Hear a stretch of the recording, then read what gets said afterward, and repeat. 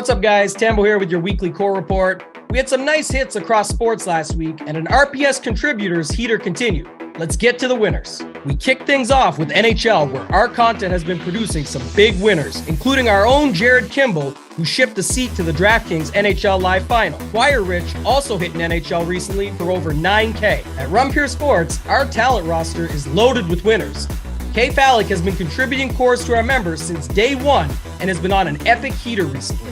KFALIK had success in MMA recently, hitting for $10K. In NBA, he has also been crushing on FanDuel, hitting for $20K and then running it back with an $18K shipper, including his first FanDuel NBA Live Final seat. KFALIK's NBA core also helped Bogart Jr. ship for $40K on FanDuel. Make sure to subscribe to our YouTube page to catch KFALIK every Monday for our free NFL review show. And KFALIK wasn't the only one shipping in NBA. Fur PBC hit for $8,400. M Foley 2 turned $51 into $10K. A-Brick also hit for $10K. While the biggest winner, Jackson, used C-Dome and Draft Cheats advice on our free NBA show to ship for $23K. RPS had a nice showing in the DraftKings NFL Finals this past weekend, with both members and contributors participating in the annual event. BigT and myself hit for $20K. Locks won $50K. D. Kafer hit for $70K. Tiger Ball 23 hit for $100K, while RPS member Mr. Panther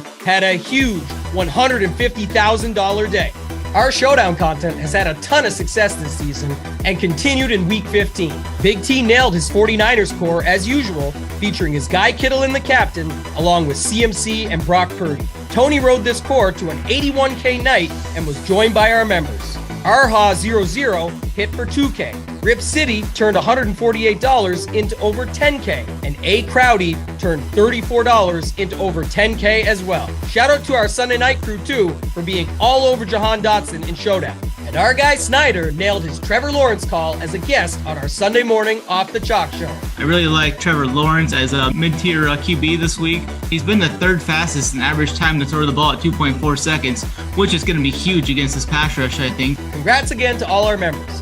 You want to be featured in the core report? Drop your winning lineup in the Members Never Win channel in our premium Discord.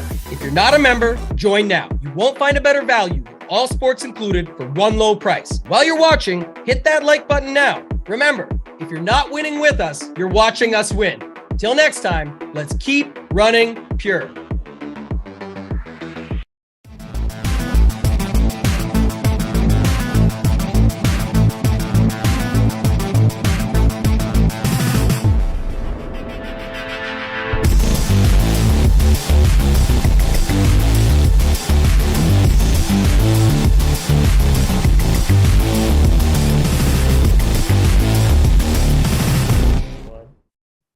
What's up, everybody? Welcome to the lineup review show. We always do this here on Mondays over at Rumpure Sports. Make sure to hit that like button, hit the subscribe button, that bottom right box, red box at the bottom right-hand corner. Hit that. Get subscribed to the YouTube channel for all the free content we got going on today. Got my normal partners as usual on a Monday. We got Mr. Kevin Falik and Mr. Toe Tag and Tambo. Falik, coming to you first, buddy. How was your Christmas, man? I hope it was well. I know you are the Hanukkah guy here, but how was Christmas Day? It was fine. As I said yesterday on the free show that I enjoyed being on, wife works Christmas and Christmas Eve to give the non-Jewish people the day off at the hospital. They actually discharged so many babies and mothers that the charge nurse tried to send people home and nobody wanted to go home. So Andrea, my wife, had to go home because she's PRN, which is kind of funny. Usually it's like, okay, I'm leaving on Christmas, but nobody wanted to leave. So Andrea got sent home a little early, but kids were fine. Had a good time with them yesterday. Watched a few movies, hung out, had our last night of Hanukkah. Kids got some great presents this year, and now we move on and get ready for New Year's. New Year's is coming up soon, so it's going to be another busy weekend coming up. Kevin, you buried the lead here. You brought up your kids, but you didn't talk about how at the end of the show, your kid picked the winner. I mean, your kids told everyone, you asked them straight up, you said, who's winning the game, the Nuggets or the Suns? And I heard them say Nuggets are winning, right? I mean, come on, that's a winner picked for your son. Maybe the first, is it the first winner ever? Definitely the first winner ever on a live show, right? But he literally sits on his, I gave him so he started taking my phone all the time to watch sports videos, like post-game shows and stuff, like not post-game shows, but like replays, because he goes to sleep early, so he wants to watch all the replays of all the games and stuff. And so we changed from Verizon to AT&T, which I didn't like the decision, but we did it. And he took my old phone, and it's only connected to the internet, so he can only use it at home, and literally just watches videos of the sports events. And then on this app, there's a some type of place where you can like say who's going to win the game, and he clicks every single game. Like, he's already into like April of baseball season. I'm like, Braden, why are you in April of baseball season picking teams?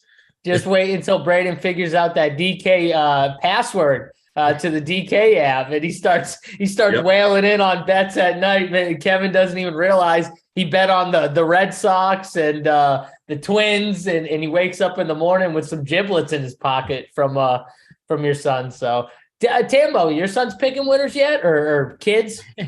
Not yet. No, not like that. The Phaliks are winners, though. 5-game slates or less, all the winners. Think about how Phalik does with DFS. You give them 5 games or less, single-game slates, niche sports, whatever you want to call them. That's right up the Phalik's alley. So this would make perfect sense. On a 5-game NBA slate, the winners were picked. But we had a good Christmas.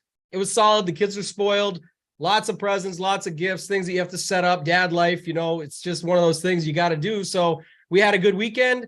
For the football, solid. I mean, it could have been a lot better Saturday. We'll talk about the lineups and stuff. I was even the winning lineup looking at it. It's like, I can't believe we're that close. It had Hodgins, had a couple things, even in the core had Hodgins, like just all over that slate. My other backup lineups were like Burrow to Higgins, not Chase. Talk about that after. Like, there was other good setups, but the running backs let me down, and my guy CMC really, really hurt my feelings. I thought that was the play. Even though he was owned, it didn't matter to me there. I thought he could have been even more owned if he went up to the higher stakes. He was like double the ownership. So everyone sort of agreed, I think, and it just did not work out. So something you have to account for. But Christmas was good, JSU. What about you? How was your first Christmas as an engaged man, a fiance over there? How was that? Yeah, married man, right? Married man. Oh, now married. Christmas. Yes, of course. Sorry. Married. Yeah, first Christmas was good. I did the show obviously early in the morning, and then went to my parents' house, did the whole thing there with the, presents. That really the new baby got a bunch of presents, even though he obviously can't open them, won't remember any of them, but he got spoiled. And it was a good time, good food. My mom makes great Italian food. She is a wonderful cook, so it was nice to have a homemade meal from mom. And then we went to the wife's parents' house and did the same thing there. Ate. Her mom made some great food and ate again. So it was a good time.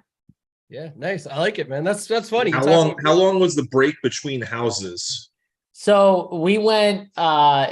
So my parents, we got there around like noon. Even though I told them it would be 11, there was no shot I was getting there at 11. We got off the show, I think it was almost 11. So it was noon, and then we left my parents' house at 2, almost on the dot, got to her parents' house at 2:15, stayed there from 2:15 till about 5, and that was it. So we ate small gaps between eating, but I had to pace myself at my mom's house so I could eat again at my wife's parents' house. So I learned Thanksgiving about 10 years ago now. I was living in Memphis, so every other year I've been either at my family's house or my wife's family here in Nashville for Thanksgiving. But one year I stayed in Memphis because of something for work that night. So I got invited to 3 different Thanksgivings that I had to attend. My wife's aunt and her whole family, another one that I had to attend, and then this last one that I attended was 6 people total there. And I did not pace myself well at all. And the biggest problem was the people that hosted just the 6th one made like 15 dishes because they knew I was coming. and I did not feel good the rest of like the week. It was like they were forcing food on my plate, making me eat. It was the worst planned. Like I just did so poorly on the planning. I was ready for this. I knew it was going to happen. I was like, all right, I got to pace myself at house 1 so I can make sure I can eat at house 2. You don't want to not eat. People cook for you. You want to make sure you eat the food that's made. So, I made it work, Falik. I made it work. But I know what you're talking about because this has happened to me in prior holidays before. So I get it. But we got a bunch of slates to talk about. Obviously, guys, if you're watching this free show, hit the like button, that thumbs up, hit the subscribe box at the bottom right-hand corner. It is red. Hit it. Get notified for all the free content we got here. And later on today, we got the Showdown show at 3 p.m. Big T, Randone, JT Hayes will break the whole Showdown slate down for you. We'll give a little preview at the end of this show for tonight's Showdown slate. And then we got the Hardwood show at 4:45 Eastern. And then Up to Lock show, which is premium for Run Pure Sports subscribers at 6 p.m. Eastern time for tonight's NBA slate. I'll be back on there with Mr. Falik and DC. So make sure you check that out and get in. Subscribe, get in on the Run Pure content. Tons of content today.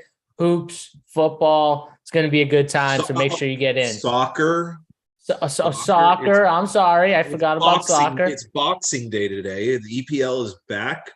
Premier League is back, and I got no idea what you're talking about, but yeah, the soccer's back. So it's not the World Cup soccer, that's over, but they crushed that. They'll crush the EPL and whatever other soccer leagues are also there. So the Premier League's like the big league, right? Right, Falik? Well, it's the league that's the most active on DraftKings for sure. Yeah. Yeah. No, but that's like one of the highest level leagues. Yeah. Right? Yeah. Absolutely. Yeah. That's what I thought. See, I know a little bit about soccer. I played FIFA back like 20 years ago when it came out or whatever, 15 years ago. You put in $15 today. You can win a whole 2K if you get first place in these contests. Oh, no, yes, wait. Hold on. The slate started already an hour and 15 minutes ago. Okay. Oh, so what's that, like a mini slate? Like what's that, like an afternoon slate or something? They have showdown slates the rest of the day. That what time did that slate start? 10 a.m. Falik? So the game started. The first game was at 7:30 Eastern this morning, but it's 7:30 Eastern. Then they had a 4-game slate, that started an hour and 15 minutes ago, and that one had a 5:55. That was 150K, 50K to first. So, all right, I retract my statement. Decent. Then go get it, big boy. Go get that. Yeah, that's decent. There's Showdown. I'll give it. That's more than I thought, honestly. Yeah, way more than I would have guessed. That's way more than I would have guessed. Showdown.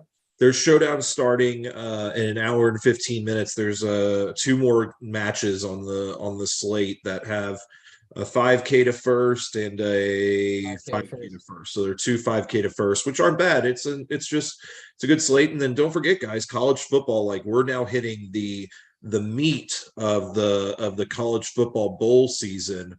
You got a 4-game slate that starts tomorrow morning, 25K to first. It locks at 11 a.m.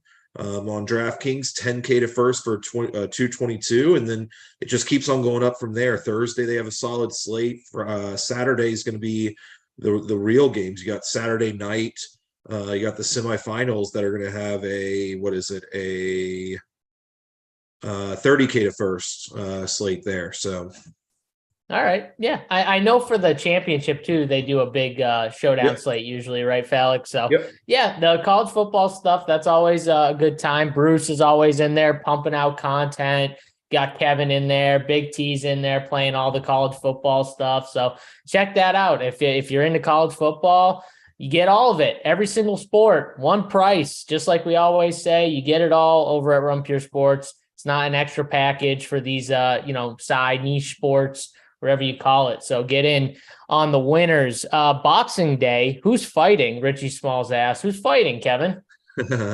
So funny. I don't know why it's Boxing Day is a lovely English day that you can't make fun of. They make fun of Thanksgiving over here in America, right, Tambo? Oh, probably. I don't know. I thought it was called Boxing Day because they got to put all those damn boxes away that my kids opened yesterday. Every single one. They go from one gift to the next. They barely play with any of them. And in the end, all they really want is the box. But yeah, I got tons of it outside my door here going into my garage where I got to take it all out. So I thought that's why they call it this day. I don't know. Yeah, isn't it the best when you just trash and boxes galore for all that stuff? I don't even, it's the worst, honestly. I got a bunch of stuff here from Christmas Eve and I'm like, oh, why did people leave stuff here? It's the worst when you like have people over. Yeah, I know, right? I'm like, I want to give the boxes back after I took the present out. Like, take it back now. I don't want the box. But yeah, it's fine. We'll figure it out. All right, let's get to the Sunday or Saturday slate. Confused here. We got Saturday and Sunday slates here. So we'll talk about the Saturday Millie Maker winner. We'll talk about the Sunday Millie Maker winner, maybe get in a little showdown from last night, and then we'll hit today's showdown just real quick. So going back to Saturday, because now it feels like a few days ago, honestly, after yesterday, but with hoops and NFL yesterday, but the Daniel Jones stack, it got there. Saquon was in the stack winner with Richie James, Isaiah Hodgins, TJ Hawkinson was in there as a run back. So was Justin Jefferson. So pretty much just an onslaught of this game, overstacking. He finished it out with Chuba Hubbard, Devontae Smith, and the Patriots defense. So, I mean, it is an interesting way. I will give our guy Big T credit because he did say, one way to attack the chalky game was to overstack the game. That's one way to kind of get different. This lineup did run pure, though. That Saquon touchdown at the end obviously helped him out. But all in all, the Chuba play was a nice, really low-owned play. Someone had a question about him on the Up Clock show kind of later in the show, and it clicked in I'm like, that he actually does make a lot of sense. Now, he got there in a different way than I thought he was going to get there, but he was low-owned. He was super cheap. You didn't have a lot of running backs in that price range. Tambo, why don't you start on this lineup here real quick? Yeah, very solid. Talked as well, like Big T on that. That was basically my core, was the overstack of this game. When you have weather like that, I talked all week about this, where that's why I felt so good about the slate. You could just shorten it down.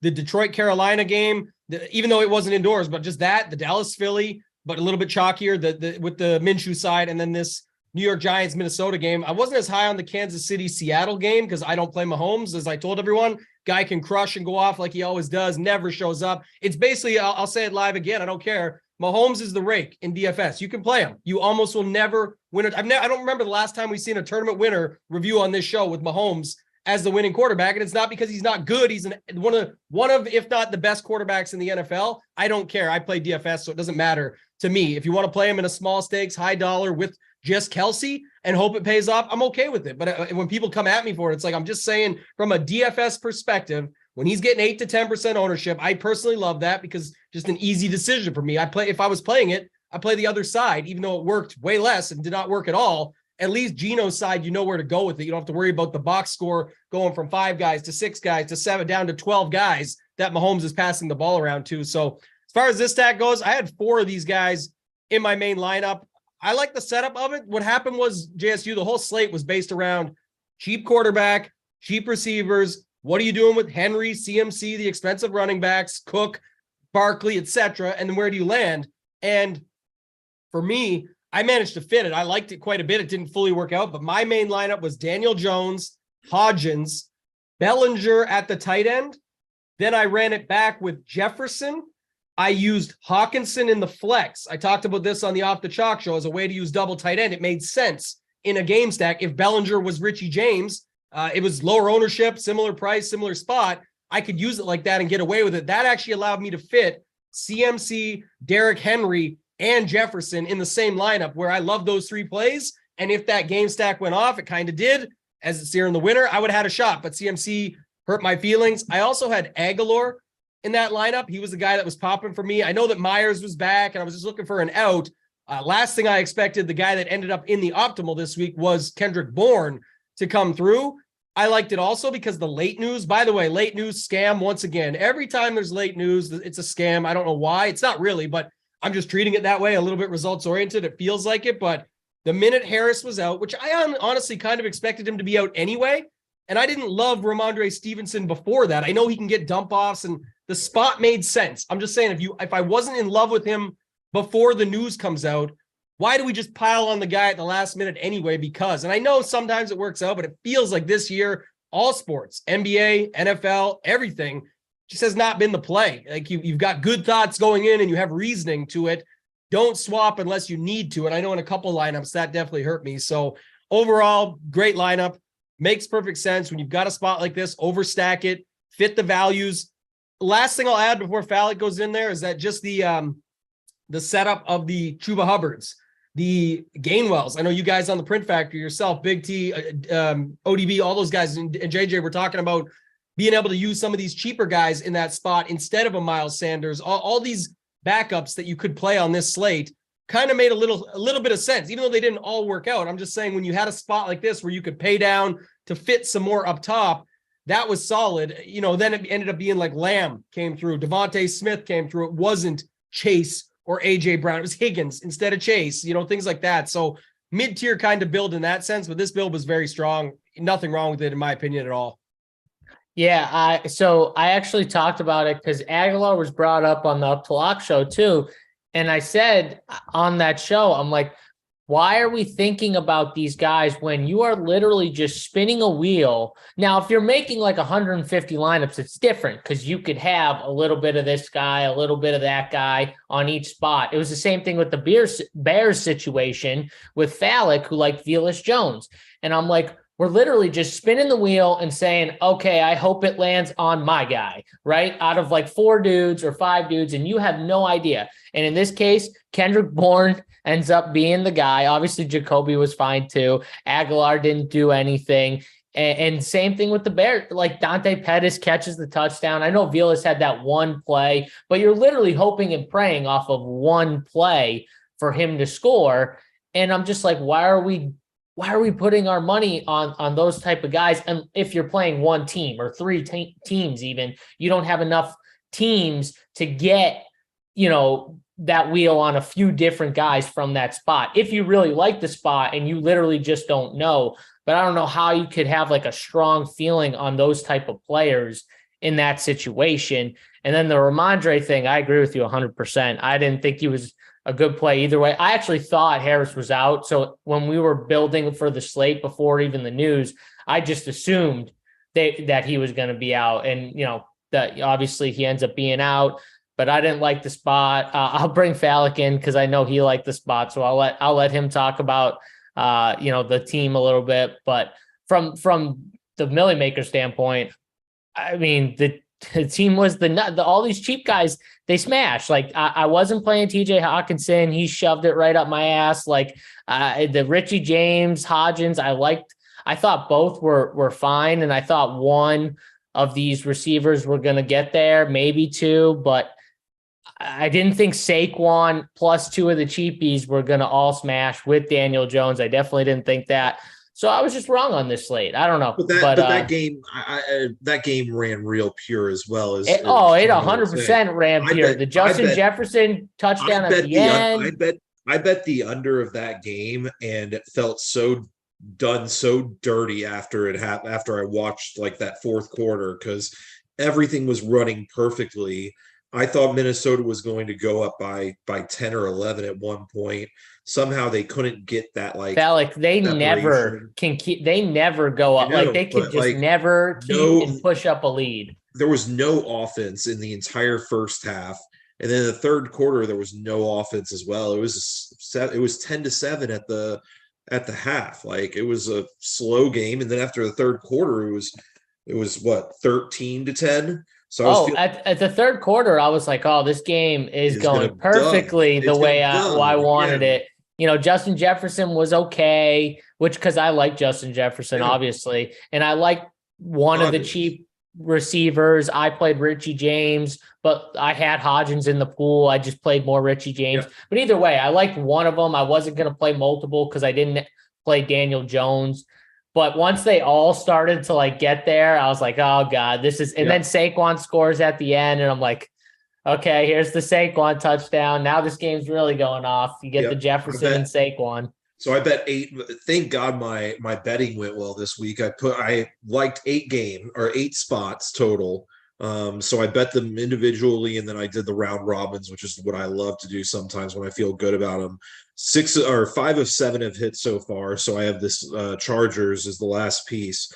But again, I felt so dirty being done by that under of that game because I felt really confident in it. It looked really good. And then I'm like, shit, they're going to go for 2. They're going to get it. And they freaking got it on a Bellinger just jumping higher, which Bellinger doesn't know how to jump. And he got higher than a safety who looked like he was 5'2". It was just really funny to watch kind of when you like look back at it. It kind of sucks, but overall the lineup's solid. I still like the things that are just so interesting about this slate this week. First of all, how like I completely just missed the boat on this Carolina running backs because we used to attack the Detroit defense on the running game nonstop. And instead I played the Detroit defense thinking that they're going to stop this Carolina team.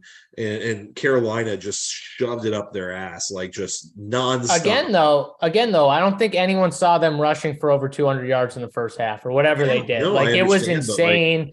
So there were a lot of people who liked Carolina. I know a lot of our guys, Big T, JJ, they loved Carolina in this spot from a betting standpoint. They thought they were an easy winner in an ugly game. It was ugly. I don't think it was in an ugly way, the way they thought it was going to be game wise. I don't think they saw 34-7 or 10 in the third quarter or whatever it was, but they thought it was going to be ugly. I didn't think Chuba was going to get there that way. They couldn't stop the run, though. They couldn't stop the RPO. They couldn't stop the RPO with Sam Darnold. The linebacker was frozen. Like, dude, let Sam Darnold run the football. Like, let him be the runner on those plays. And they were just giving up massive holes and runs to Deonta Foreman and Chuba. Yeah, it was just everything crazy. Everything is setting up though for who to make the playoffs. Yep. Who, Aaron Rodgers is going to make the playoffs again. I mean, he shouldn't be allowed to make the playoffs with that haircut. I can tell you that right now. Holy smokes, that guy should keep a helmet on for sure. Yeah, he made did you see that slide? I think it was in the second quarter when they were down on the goal line. He made a business decision there. They were right at like the 2-yard line. And you could just see, I was like, that helmet was about to fly off. If you tried to run for it, that hair was about to go bye-bye because he was about to get knocked out. It's going to be the reenactment of the Aaron Rodgers meme when he's on the ground. Like, what? Remember that picture? It was about to be that. Yeah, he took a couple slides like that this game because I know one other one he took when he easily could have had the first, but it looked like he was still a little shocked. He's like, I don't really want to take this hit. So yeah, I think it was on he was running on like the left side, right? Tambo was running on the left side. Yeah. Yep. Yeah, he made a few business decisions there. But the 2v2 obviously though is I have to talk about my Texans. They looked really solid, played a really great game plan against a terrible Titans team. Just an absolute. Why did they look solid? Why can't we just say the Titans look terrible? Fine, they look terrible. The Texans had a good game plan though. In my opinion, I think they had a good game plan, but the Titans are an absolute joke right now. Derrick Henry is looking, as much as we want to say he's looking solid and doing well, he's losing the game for the team at times as well with these fumbles, 3 games in a row. Big fumbles, but the 2v2 is Foreman and the Texans for the Patriots and Hubbard. So it's an interesting little easy 2v2.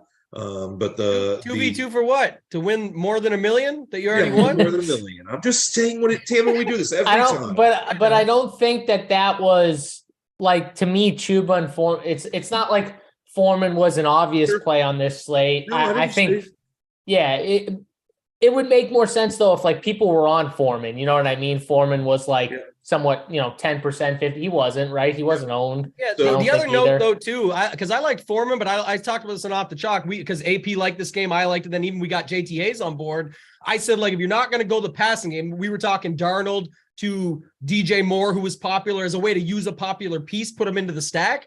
But we said also, if you wanted to go like a Foreman, Amon-Ra, the problem is Amon-Ra, same thing, didn't come through in the clutch there. So it wasn't really set up where anyone was just going just this. But anytime you have a guy like DJ Moore at his ownership, rolling out the running back instead for a pure leverage spot is obviously fine. We talk about it every show. It's standard. But I will say this little bit on it because the TJ Chalkinson talk kept coming up. Yeah, 13%. Like it's chalky, but we talk about this all the time, JSU. Is it real? Like 85%, more than 85% of the field didn't play him at all. And he stuffed 38 points in your face. Then on top of it, it's like, okay, now you add in the 9% Hodgins, the 9% Barkley with a 4-man Giants, with the quarterback and Barkley. Again, did the chalk hit for TJ Hawkinson? That's up to you to decide at 13%. I think he was actually on this slate with how bad tight end had the other guys. But I mean, Kittle was, funny enough, Zylstra, here's the stat of the week. Zylstra scored 3 touchdowns, didn't even crack the top 3 for tight ends because you had, who'd you have? Hawkinson, Kittle, and there was one more too.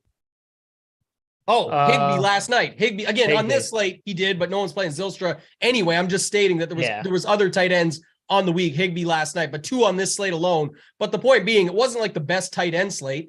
And Kelsey was a, the cost versus position that we always talk about, where opportunity cost, I should say, when you've got those running backs that everyone wanted to go to, he made sense from a game theory perspective, different build construction, but there's no way anybody had him grading out better than CMC or Henry. I don't care. Like, you could do it in your head and make your lineup tell that story. That's okay. But there's no way on paper he was. So that's just a good decision from your game theory lineup construction side. But that's why you weren't going to see him get it. So I don't know. I think Hawkinson at 13% ownership was fine. Me personally, I liked him only in the game stacks, which the game stack got there. He was in my main, all that stuff. I'm just saying that's how I was doing it. So you could have got there with this lineup, but I definitely think overall, it wasn't that bad. It wasn't like we had 25% TJ Hawkinson here and he broke the slate as super chalk.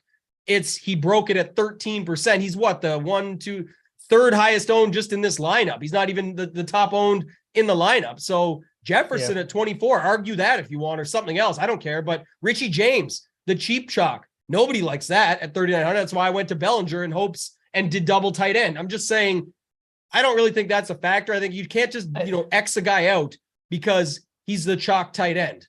That's the thing. I think too, Tambo, just to chime in here. I thought he was going to be higher than 13%. I did not think, I thought he was going to be in the 20s, which to me, that's where I get like the chalk. I agree with you at 13%.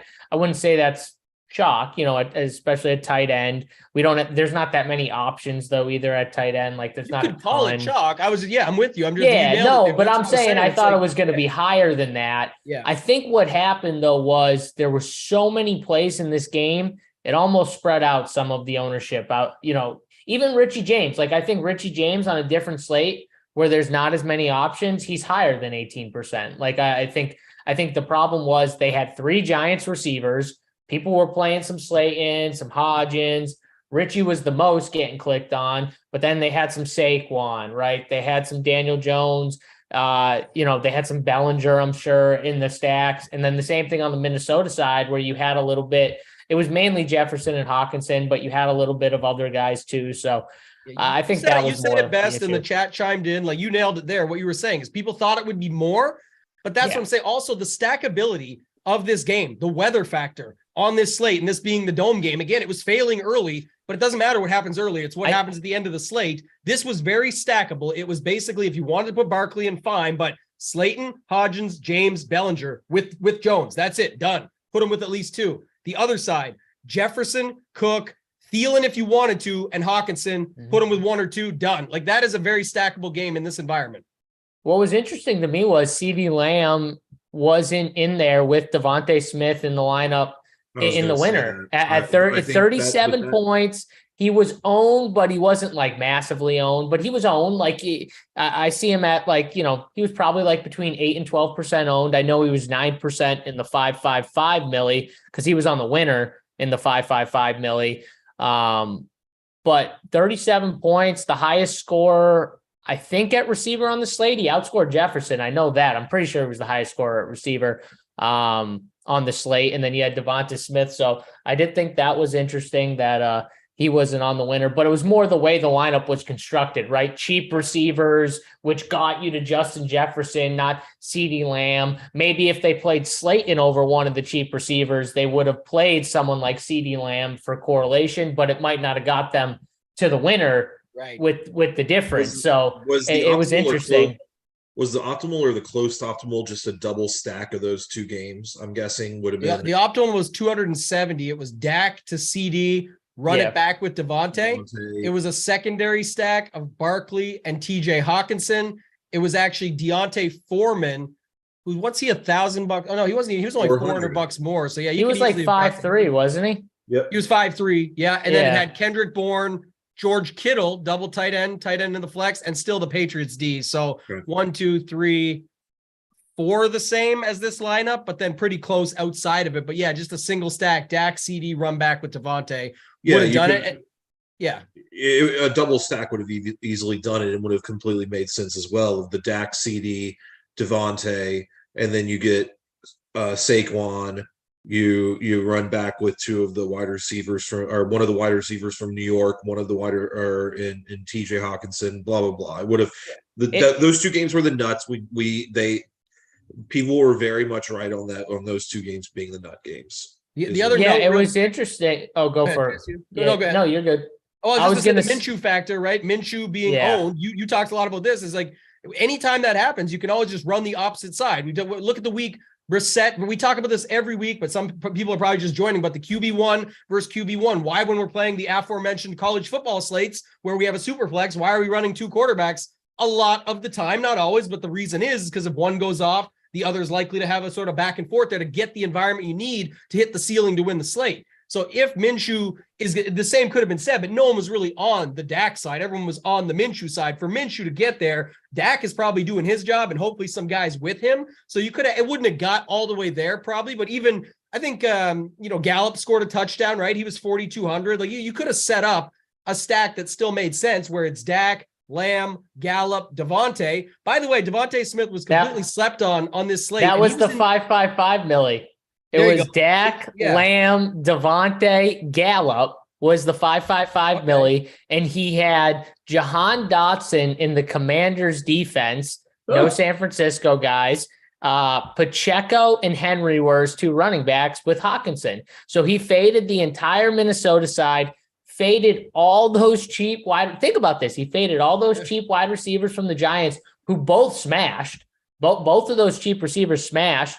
And he could have had in this bill. I mean, he played Gallup with the Prescott stack, but he could have essentially played Hodgins, could have played Richie James. Like he had enough money to do that. Instead of Henry and still got could have played Barkley instead of Henry. He decided he was fading the Giant side, just playing TJ Hawkinson. And it kind of shows too on when you get those higher dollar entries, look at, like 208, he scored 208. But he faded the entire Giant side. Like those are things in the milli, the big milli, you're not getting there without fading those guys. You know what I mean? You're not getting to the winner's circle without playing those guys when they go for 19, 22, with Daniel Jones going for 24 on the 555 though. You can get that. Like that just shows you why we always preach, like getting those tickets, right? Kevin, playing those satellites, getting to the higher dollar stuff. And man, Adam Brown 24 is his username. He won the 555 milli. And he had Pacheco who got him 10. The Commanders D got him 1. Gallup got him 13, but his receivers just friggin' crushed with TJ and he played Dak. Yeah, that's what I was looking at right now. It's like, it's the littlest things, but I didn't completely build it out. But just to say, what I was going to say is too, sometimes you see that like there's a wide receiver chalk that people aren't comfortable with. One of the easiest ways to get away from it, and Mayo and I talk about this every Friday on the show, is you load your 3 receiver spots with a whole game stack that either leverages something. In this case, it would be the opposite side of that Philly game. So you load it up with those guys. And I was going to say too, this was another point. Devontae Smith was essentially in the Zay Jones spot from the week before. Again, not expecting 3 touchdowns like Zay Jones got, but at 6,600, when people are talking about Miles Sanders, people are playing Minshew, like you can find an angle to get to this in your head. And then you say, okay, so I'm just building this for 2 seconds, JSU. It's okay, I got Dak, Lamb, Gallup, Smith. That makes sense. It fills up my wide receiver spots. It's like you said, JSU, now I have no Giants in that spot, but I like Hawkinson and Barkley to get a piece of that game. I'm just seeing if it'll fit here. Okay, I go down and I say Pacheco, I want a piece of that Kansas City offense. And then you go down to say, okay, what's the defense? People were playing the Bears D for cheap. just making something up on the go. It leaves you $5,100. You can put in Gabe Davis. You can put in James Cook. You could put in Boyd, Myers, whoever you want. I'm just saying you Chuba Hubbard. Chuba Hubbard. Who was another cheap guy people were playing, though? Like, that's what I'm trying to look at here right quick, just while I had it, but I don't see exactly. I guess you could go double tight end with Dalton Schultz, and it would have left you $2,900 for the defense. My point being, though, with Kansas City. So here's a perfect build. Dak, Lamb, Gallup, Schultz, runs back with Devontae Smith, and overstack like we saw in the Millie. It's got a piece of that New York Giants-Minnesota game with Barkley and Hawkinson, and it leaves you on Pacheco with the Kansas City D. A pretty standard stack. You know how I build my lineups. It's aggressive with a 4-1. I don't know exactly what it would have scored, but my point is when you just look at your builds after, sometimes you can find this stuff and say, wow, it was right there the whole time, or I had it. You know what I mean? Like that's just the quick thought process of bringing all these other pieces in. This lineup scored 208.38. I'm not sure what Adam Brown scored, but you said it was 208, so it's pretty close to what he had. And it's just 208.98. And my point, though, behind this is all these guys in this team, none of them were like way off the board.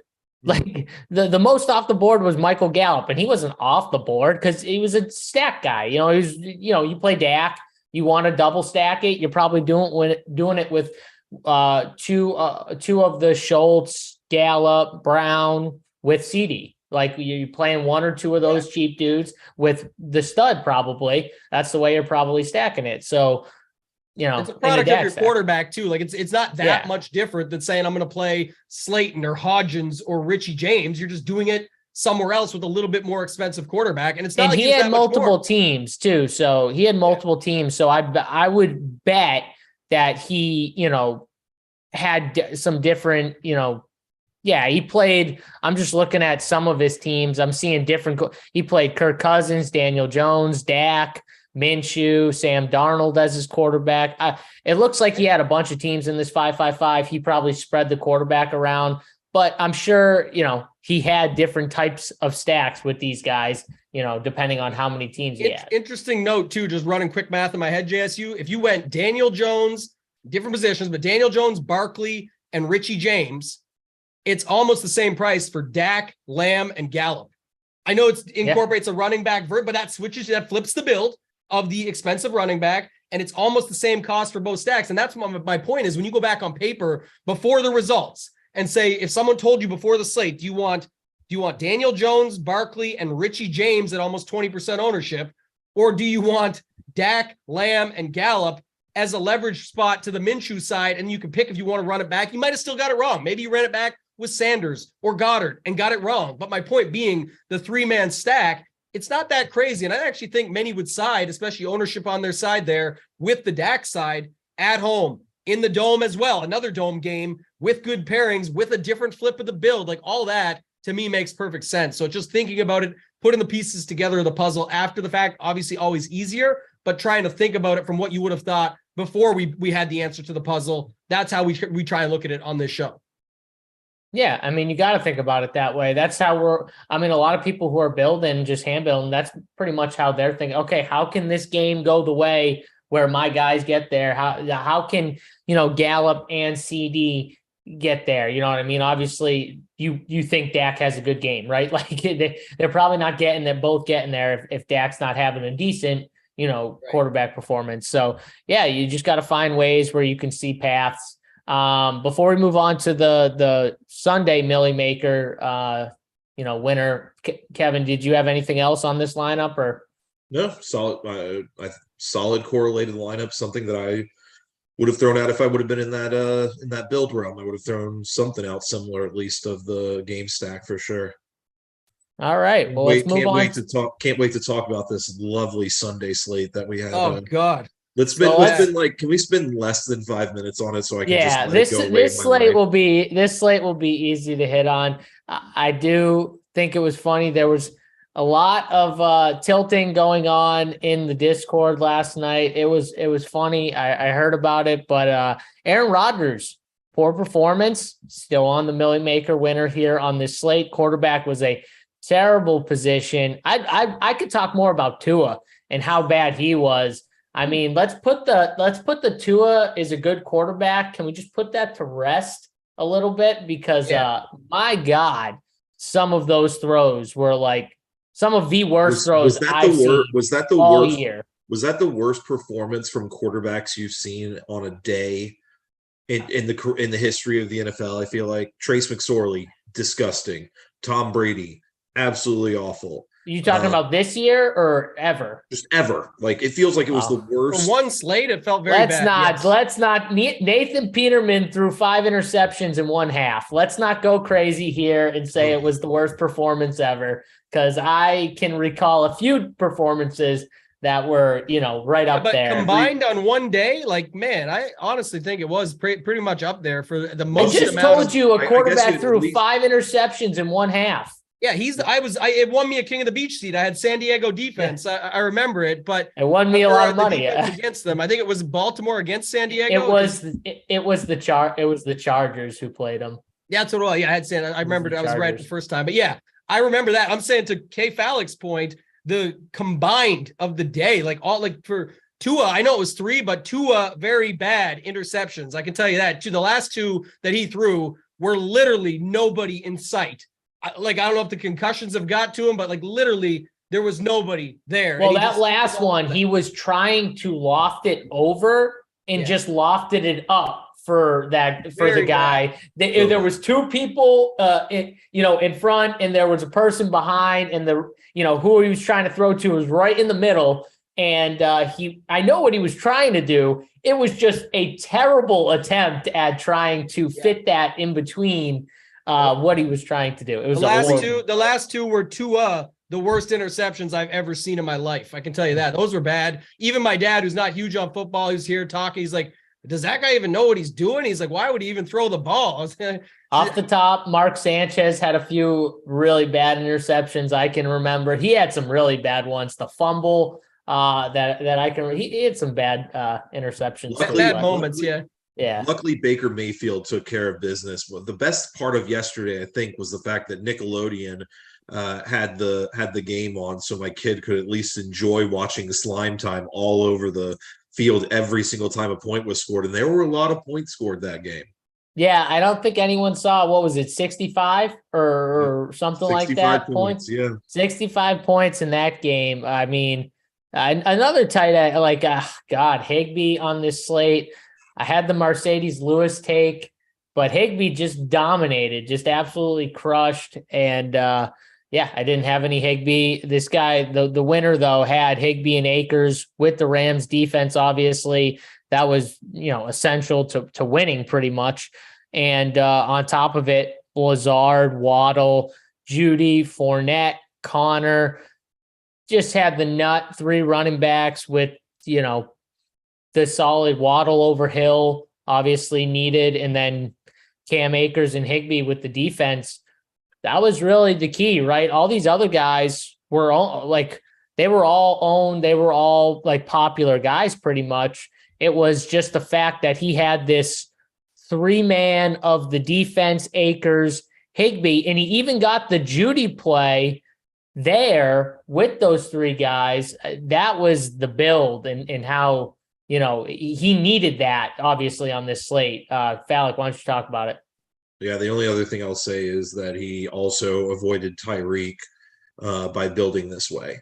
So he stayed in the mid-tier across the board, avoided playing Tyreek, was able to pay up ish for the tight end at low ownership. 17% still low ownership for a 3-game slate, in my opinion. So he was able to hit on all the pieces by playing the mid-tier and avoiding Tyreek. Solid lineup. Look forward to never playing that 3-game slate again. Yeah. Tambo, you got anything to say about the lineup? I mean, real quick, I'll just say 2 things on it. One, I don't think it's actually that bad a lineup. We're all, and no one was saying that here. I'm just saying in general of what Falik mentioned is true. It's just stick with the balance build. I know Waddle was still high owned, but so was Tyreek. It's instead of playing Tyreek, play Waddle. That's fine. You look who was owned. Latavius Murray, all the projections, Latavius Murray, Dulcich. Nope. Play Higbee and play Akers, opposite side. That's another example where you just leverage it up that way and go ahead. The running backs, to be honest, I fell flat on this as well. I did have Akers in my main, but I also had Jones and Mostert, who I liked quite a bit on this slate. And their situations, just again, you're playing committees and there's always a problem. Dylan was getting more work the week before. I know Jones was on a laid out getting worked on at one point yesterday, but I don't even think that was it. He wasn't getting as much run before that anyway. So Connor, not really been in a committee. You don't know what he's going to do, and the spot's not great, but you sometimes take that opportunity versus that. So sometimes what's the saying? Sometimes the best ability is availability. And if you're the only guy there and you have that option, then maybe that's the way to go. Fournette had White, but we've seen it down the stretch. And where their price was only $500 apart, it's not like White had a bad game in this lineup. Yeah, he needed Fournette for the winner, but either way, you could take your spot there. That seemed good. Akers, again, it's a risk, but at 5,200, it wasn't that bad. And when you had Latavius in and the Max situation, you weren't sure exactly how that was going to go. I don't really think it was that bad what they did here, taking the opposite side. There still was a game stack involved. You can always play you can play more than one actually, but it's no problem playing Judy against the defense. I know people worry about that so much on a 3-game slate. It's absolutely no worry. You can play, we've seen 5 guys up against them. I think there was 6 guys one time on a Thanksgiving slate where Josh Allen and 5 other Bills went up against the defense and still got there. So I don't know, man. I think the lineup was fine. The balanced build definitely made sense. And then the situational stuff of it, like I mentioned as well, was more than fine in my eyes. So, Higbee instead of Atwell, people are playing Atwell for sure. Higbee's one of the better tight ends opposite Dulcich, who was really the chalk. Akers opposite Murray and those guys. I mean, it was fine. I really got no problem with it. And not like we can give any ringing endorsement for Russell Wilson this season. So again, the Rams D at home, no problem with it either. So solid all around. Yeah, Rams defense was good. I like the Rams ugly defense. Slate, fine lineup. It was definitely ugly. Yeah. But I thought the uniqueness was actually the fact that he single stacked Aaron Jones and brought it back with just Waddle. So he just had the one Green Bay receiver with one Miami guy. He actually overloaded the Rams Denver game, which I don't think many people did just in general. And he faded some of the more popular plays on the Denver side, like Lat Murray, who was popular and stuff like that. Faded the Broncos defense, who I think some people like the Broncos defense, played the other defense for the Rams, which I thought both defense was like I thought playing one of those two defenses was definitely a good route. Obviously, the Rams defense was the sole winner, but I think both defenses were played a good amount for a good reason. It was Baker and Russ. But yeah, I thought that was where the uniqueness came in. They loaded up a game that not many people were, I think, loading up on, and kind of was lighter on the game they actually stacked with the quarterback. I don't remember the ownership on Jones and Mostert, but I bet many are looking at this screenshot and saying, well, it was still pretty owned. He had all these guys almost 30%, but I think weren't Mostert and Jones 40 plus in the same spot that you were getting Connor and Fournette for 25 to 30? Yep. Yeah, so that's why I think, you got to look at it from that perspective too. Definitely makes sense. Yeah, for sure. I mean, on a 3-game slate too, you look at this ownership, it's not that bad. It's not that like 20%, 17, 27. Like that's not terrible for a 3-game slate. Obviously, I think so. Yeah, not very chalky lineup, in my opinion, on a short slate like that either. Pretty balanced. No 1% owned guys, but you got to remember this is a massive tournament here. So many teams, so many lineups in there, so many entries, so yeah, I liked it. I think that's enough though on that slate. It was just a Showdown. 65 points on the Rams game was just weird as hell. Let's go to the Showdown slate though. Mr. Lenny Fournette, he got there for the people. I will say I was very high on Leonard Fournette and Rachaad White. This was not the optimal team. We figured it out before. There were 2 actual switches that could have got you to the optimal. Now, not easy switches, we agreed with, but the team that won was Captain Lenny with Chris Godwin, Tom Brady, James Conner, Ryan Suckup, and Greg Dortch. And you could have made swaps to swap out Chris Godwin for Rachaad White, because Rachaad scored 15.1, I think it was. And the kicker for Arizona outscored Brady. So those were 2 swaps right there that could have got you a few points to outdo this team. I don't even know if like a Dortch captain no one would have ever made a Dortch captain work anyways, because you would have been spending up and some of those guys it would have gotten there. Yeah, it wouldn't have got there. So the optimal though was the Rashad White over Chris Godwin and Matt Prater over Tom Brady. That was the actual optimal. But this team, I mean, pretty freaking good. I like playing one of the kickers. The Greg Dortch play I did not see at all. That one went right over my head. He's done this though. I mean, it's got to feel like 3 or 4 games this year where he's just done this, come out of nowhere. Either he gets the injury that boosts him, or he just comes out of nowhere and catches friggin' 9-10 balls, 98 yards. It feels like he's done this a few times. This is I'm sorry. This is the injury that affected him was the fact that Colt McCoy and Kyler Murray were done, and not because one of Rondale Moore is injuring. I'm saying though, no one still saw this happening. Sure, everyone knew McSorley was starting. The 4 run. I'm calling him a running back. I just am going to call him a running back after watching the game yesterday. Dortch? You're calling Dortch a running back? He played like a running back last night. Like it was how he played was a running back. He was the check down player they had 2 check down spots for McSorley every single play. One was to Dortch, the other one was to James Conner. So Dortch played like a running back. He had tons of carries as well. So 4 running backs, 2 kickers is the optimal. The game was ugly. Nobody could finish the job, so they kicked field goals all day. I have no problem with the build, obviously, but it was just a very Sunday's football was. Thank God we had Sunday basketball to watch instead of Sunday football is the easiest way to put it, because it was rough scenes in the NFL streets. I'm sure I'm going to say that Tony is wrong that the ratings are going to show that NBA came up higher than NFL. It's still not going to happen. But man, these 3 games, and especially with this finishing game going into overtime, think like Tampa Bay got the win, which is nice because they're pretty much close to locked into the playoffs now, but not a good game. Not a good game overall. The Aaron Gordon dunk at the end of the night for Denver was definitely better than the entire slate of NFL. I mean, how about Jokic's performance that too for Denver? Jamal Murray putting it to OT. Like, I don't know. Everything was good about the basketball slate. The football slate was not great. They did save a great game for the end, though. That game being like the final game, it's unfortunate too, because some people probably went to bed, but watching that game at the end was awesome if you stayed up for it. Just so good. Yeah. East Coast problems is always that if you don't want to stay up, but I stay up pretty much always. It's just tough. Tampa, I see some people wish I played White over Goodwin.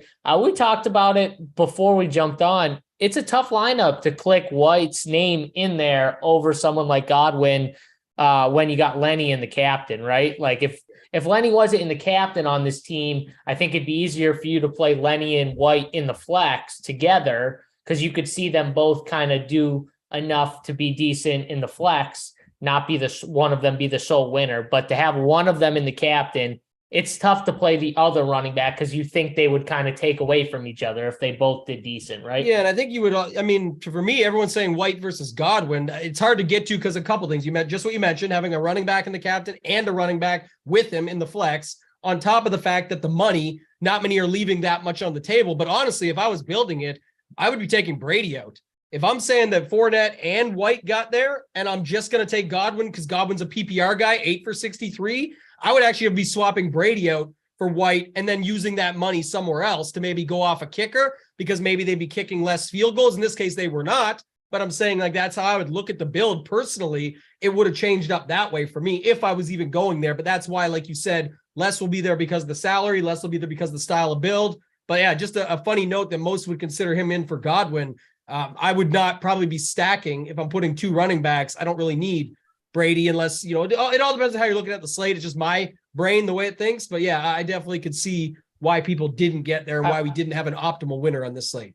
I will say though, just so as an aside for this Tampa offense, like those dudes who can get the short check down passes, the inside routes, those are the guys that Brady is always and will always key in on, because they're almost always open. One of them is always the safety blanket. One of them's running across his eyes in the middle because he's a pocket passer, right? Stands in the pocket and he throws the football. And he's tall at least, but it's easiest when you can see that guy, because once he starts moving, it's pretty much over. If he moves left or right, it's done. So unless he's throwing a go route that's already predetermined, almost pretty much, it's pretty much the check downs or that guy coming across the middle. And in that instance, it's always Godwin. It's always the running backs. And that's why I like both running backs, because I pretty much knew on this slate, or I thought on this slate, that Arizona, they'd be able to move it enough where those guys could get a bunch of checkdowns. They might not be able to finish, but the running backs would kind of get there through the air a lot.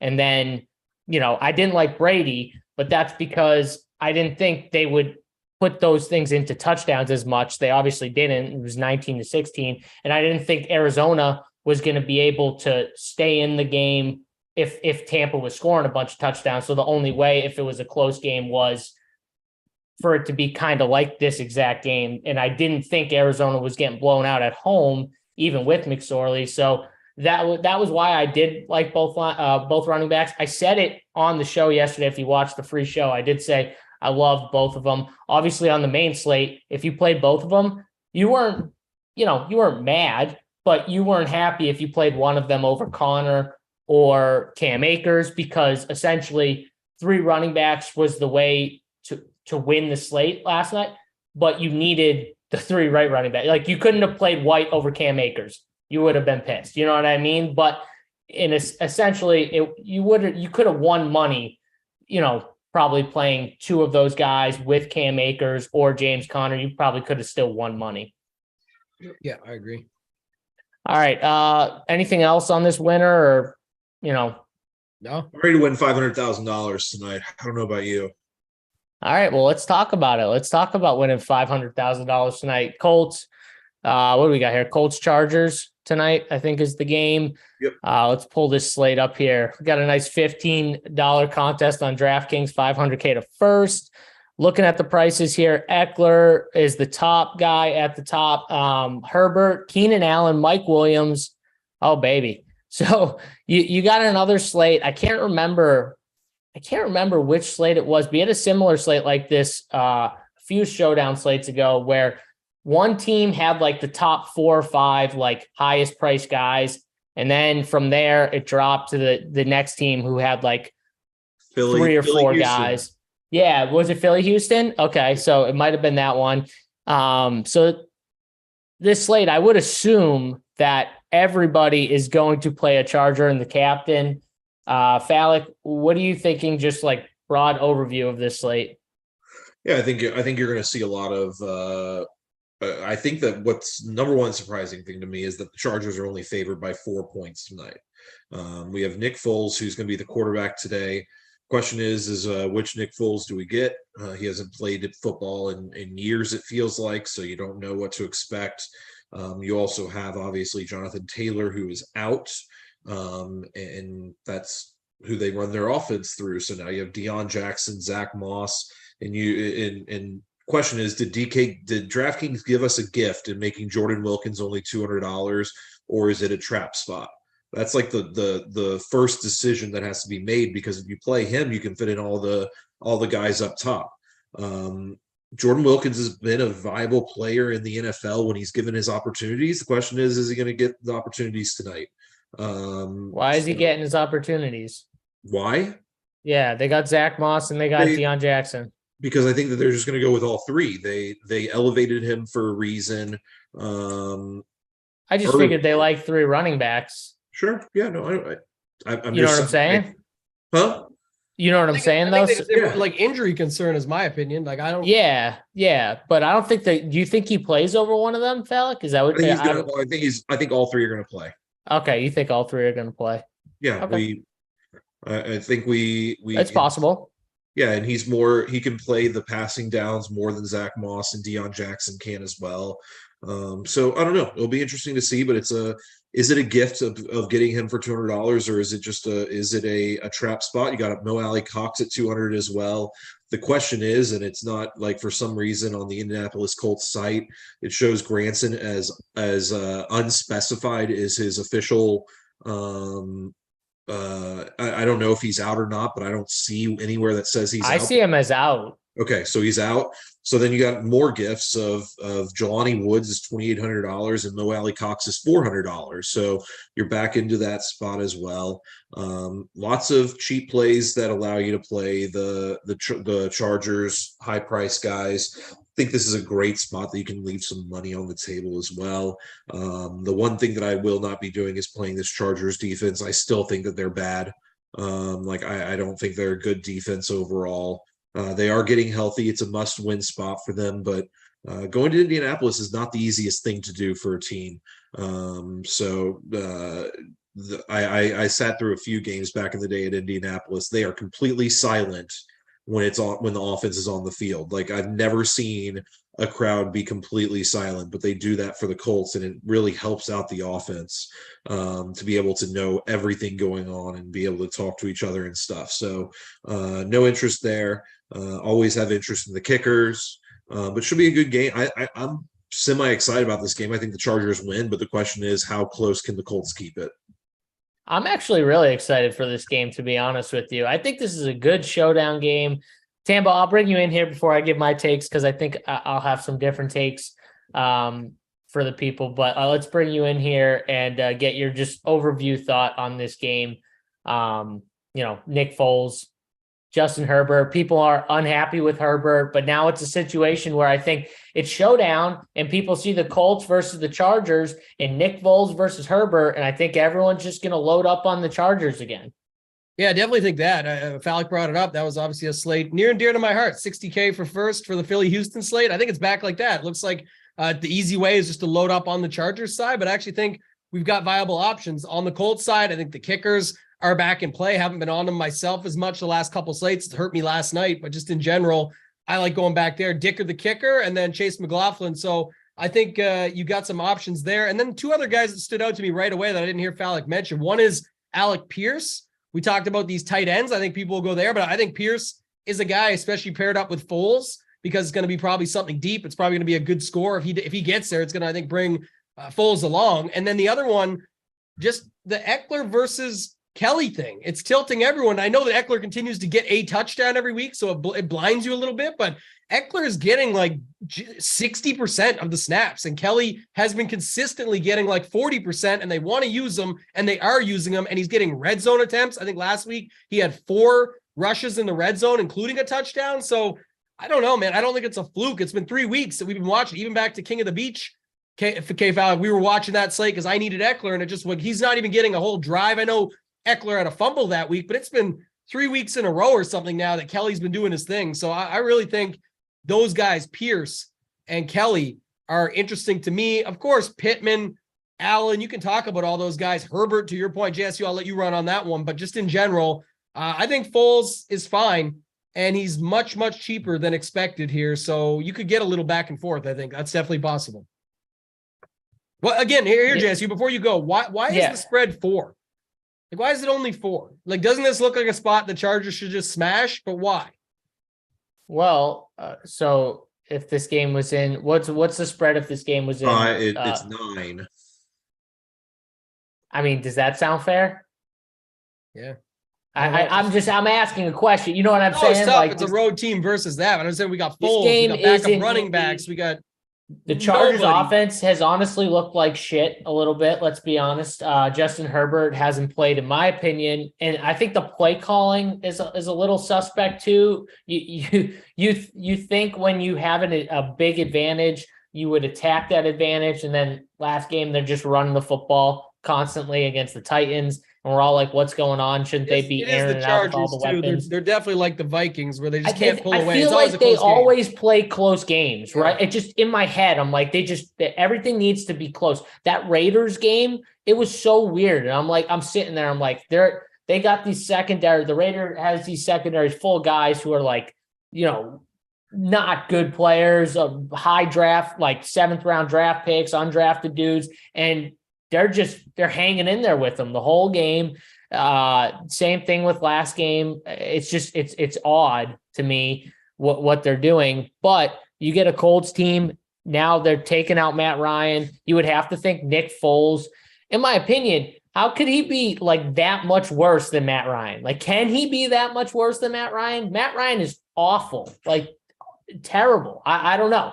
I'm asking the question. I don't know if he can be that much worse. Saturday, all he wants to do is run the football also, which Zach Moss, to me, it feels like he's just a perfect, he fits the style of runner that Saturday probably really likes, like that type of runner.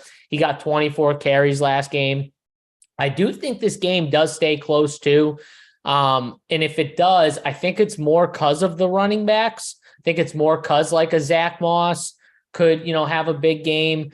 I do like the Jelani Woods call too. I think he's a really nice play. It felt like he got more run to last game. Now, last game, I'm pretty sure, if I remember correctly, all those tight ends were there as well, right? So it's not like they were down any of those tight ends. And I just wanted to make sure where did he play a lot more, Falik? Because it felt like to me he played more, but he might not have. Keep talking and I'll look it up. Yeah, I think he might not have. I think I see 24% of the snaps, 19 snaps. But if Granson's out, that number's going up. He's by far their best pass catcher. I probably would say if I'm playing this slate, which I obviously will be, I'm probably going to find one of these indie guys to put in the captain one. I think Woods is someone I could play in the captain because I do think he has upside.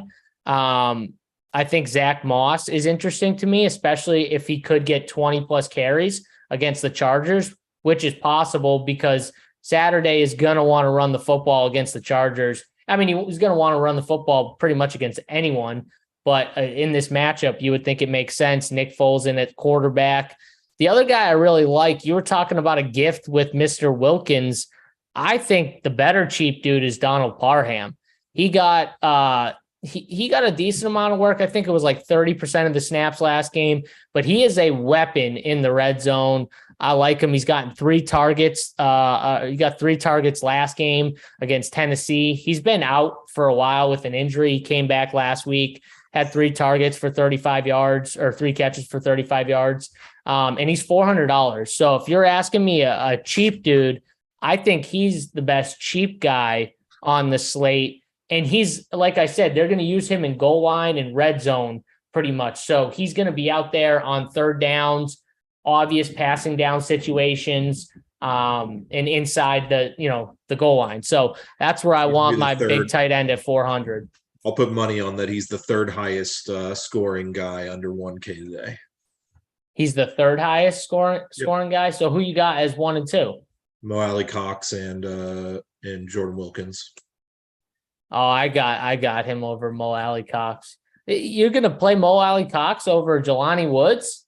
No, you said Donald Parham. Oh, okay. Well, okay. So you're gonna play both those guys? I'd play him over Donald Parham. Oh God, I'll take that. Mo Alley Cox he's no more. He's $200. I would still rank him as the best one just based on the situation. I'd go Mo Alley Cox, Parham, and I don't think I'll have any Wilkins. I just don't believe in that. So. What has Mo Alley Cox done? Like literally nothing. Opportunity, buddy. Opportunity. Is it just because Granson's out? Yeah. Best ability is availability, JSU. It's going to be a third. All right. Possible. It's not my possible. favorite, but I was just, if we're ranking those cheap dudes, Wilkins. God, I hope people play Mo Alley Cox over Jelani Woods. I hope so. I knew Falik would like some Cox. I think that's the key. You said it. We got the money. Why even, just find it. That's what I'm saying, though. You're going to have the money, right, Tambo? For sure. That's what I'm saying. Just find it. Yeah. Obviously way better. He literally already broke a slate this season. JSU, I'm going to say it again. I like the Woods more than I like the Cox, for sure. Well, thank God. At least we're on the same page there. Anything else you guys see? I mean, I'm definitely going to I think Zach Moss is kind of dusted, but I do think he's going to get a lot of work.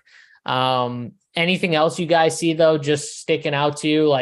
Is this a slate where you play an indie captain, or is Nick Foles in play a captain? Is that a play? The one thing I was going to add, only because I normally don't have that, we talked through it. It sounds great. But one thing I'll say, just messing around with some stuff while we're on here live, is indie captains look fine to me still. Maybe the public thinks this too. I haven't dug that through the overall slate factor and game theory, but also 4-2 indies are looking fine to me. They're actually projecting well early and everything, where it's even though the other side seems so obvious, I just want to see how the rest are building. But right now, I actually have no problem playing multiple Indy guys and just stacking that side up. Reminds me of the Cleveland and Cincy game. We had a Monday Night Football slate a few weeks back where we nailed it. Everyone was on the Cincy side. We jammed the Cleveland side. Didn't fully pay it off. I remember I think I got my 4th King of the Beach seat that night, but I didn't win the main slate. But it was damn close, and that was the same thing. Had the other side of the game when everyone was building on the opposite. It looks very easy tonight. 4-2, 5-1. Like, I don't even care. I think a 4-2 is better, but you can get there with these Indy guys. Guys, you hear Tambo just flexing on it. I think I got my 4th seat that night. I'm remembering, just letting everyone know. Yeah, it was good. I love it. Let them know. This is definitely a slate also where you can play Justin Herbert naked easily with how many options he has for the Chargers. Yeah. Like, he has 5 or 6 You're guys. not playing him naked on a showdown slate? Okay. All right. So I'm going to say again, you can easily play him naked if you wanted to, based off the fact that he has 5 or 6 clear guys that he throws to on a regular basis, and he can spread the offensive around, and it could fit in nicely depending on what else is coming. It just all depends on how you want to play it. He could get 20 plus points easily. You could play Dicker the kicker with him. It could work. I'm not saying it's a route that you need to go. I haven't fully built yet, as Tambo said, but you could do it and get there as well. Yeah, I like it better, especially if you're going to captain. Like, I know sometimes you do the 1-5s, Falik, and I get why, totally understanding that. And he does spread it and has more options. But I also think there's going to be like a 2-4 that looks better with him and the captain with one guy. That's, like him that's what I'm saying. And then Jam, I think it's still going to look better when you see it after. But I get where you're coming from totally. You could even play Herbert and Eckler. Just play those 2 guys. Yeah. That could easily be the winner right there. 4-2. Herbert and Eckler, he spreads it around a little bit. Eckler catches the touchdown. Boom, right there. You got your 2 guys. As long as one of those receivers don't get in the box and, have like over 100 yards or something, you're fine. But I struggle to see how a 4-2 build doesn't look more appealing to you than a 5-1 with Herbert in there. There are some very, very good builds on this slate already. I'm excited for tonight. I think 5-1 with Eckler makes a little more sense too, just obviously, but I think that one makes a little more sense than the 5-1 Herbert. You're always risking it with those 2. Remember, just a couple of weeks ago, JSU, we had the slate where Eckler outscored. Remember, I think it was Mike Williams in the captain with Eckler instead of It was on Herbert. A Monday, right? I'm pretty sure I said by like 2 points or something in the end on the last drive. One catch and run dump off actually helped Eckler more and hurt Herbert, so that the stacks didn't get there. You needed the running back with the Mike Williams captain. It's just the way it worked out. Yeah, I forget which game it was, but he just outscored him and was on the winner over him. I do think there was more studs on that slate though, Tambo, if I recall, but I can't remember exactly. Let's see here. So they don't want to attack running more than anything versus an awful run deep. No, I think they will want to attack the run. The Colts will want to run the football against Saturday wants to run the football against every single team, no matter what. So yes, they're going to want to attack them via the run.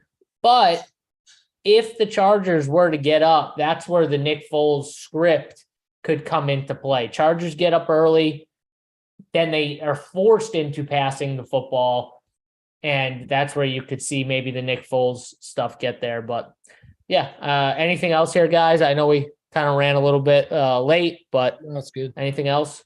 No, Herbert. I like Herbert better than Eckler at the captain. Just a note. Okay, Herbert over Eckler.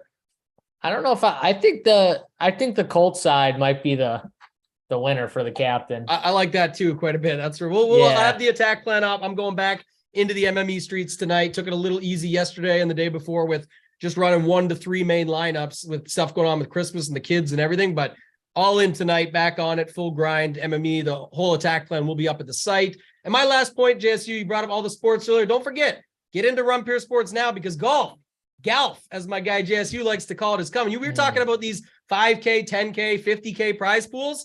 Go look at week 1, just a week from now, 200K up top in the $20, 2 different 100Ks up top, a 50K up top for $55. A lot of big prize pools coming up. If you're into NFL and you haven't played golf, we're selling this the whole way, all the time. All sports, one price. It's so much alike. You get showdown slates, 3 per week. You get even 4 if you play round 1, which is great too. So you get 4 showdown slates, a main slate, you get a cut sweat on Friday, and you don't need to worry so much about correlation and all this other stuff. You just put in the 6 guys, and we give you 3 of them with our course. So you got to find 3 other guys using the other content on the site. It's going to be an incredible golf season, right, JSU? So lots going on at runpuresports.com.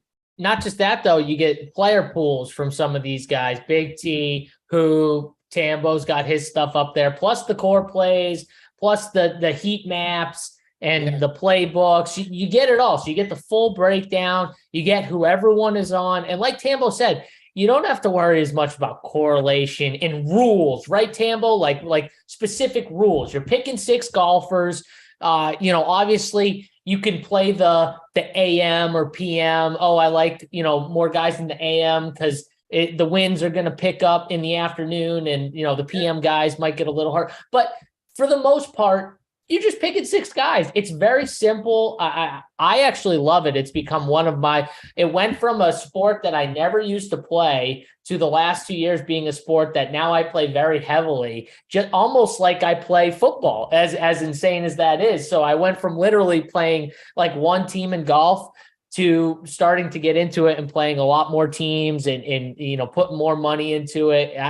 And I get excited for the weekend. The cut sweat is fun. I don't think any sport has it like the cut sweat. Like the cut sweat just on Friday, no other sport gives you that type where it's like 2 days. Now you're sweating like a final almost, because you got to get your guys through the cut. And then once everyone's through the cut, you get the final sweat on Sunday where you sweat like the winning.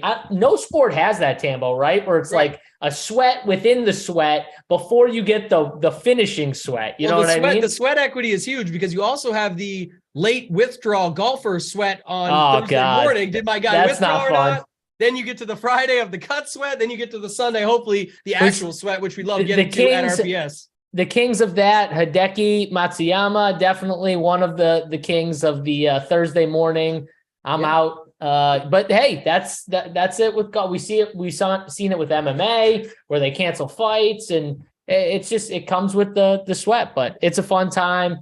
Get in. These guys are going to be we'll have free shows, premium shows for golf, all the content you're going to want. And if you have any questions about golf, how to go about it, you're new to it, you can always hit us up. Tambo's always in the Discord. I'm in the Discord. BigT, Hoop, AP, all these guys, Falik, we're all here. We're all here to answer questions, help people out. If you need help with something, you're just learning a sport, hit us up, ask us questions. We're always welcome to answering questions, as long as you're not just tilting on Thursday morning. We won't answer anything once Thursday morning hits and you're tilting your golfer who boged on hole 1. We're not doing that crap, but we will help anyone who has real, questions and need help. So make sure you guys get in on that. But that's going to do it for us, guys. 3 p.m. Eastern time. Stay tuned. BigT, Randone, JT Hayes, fully breaking down this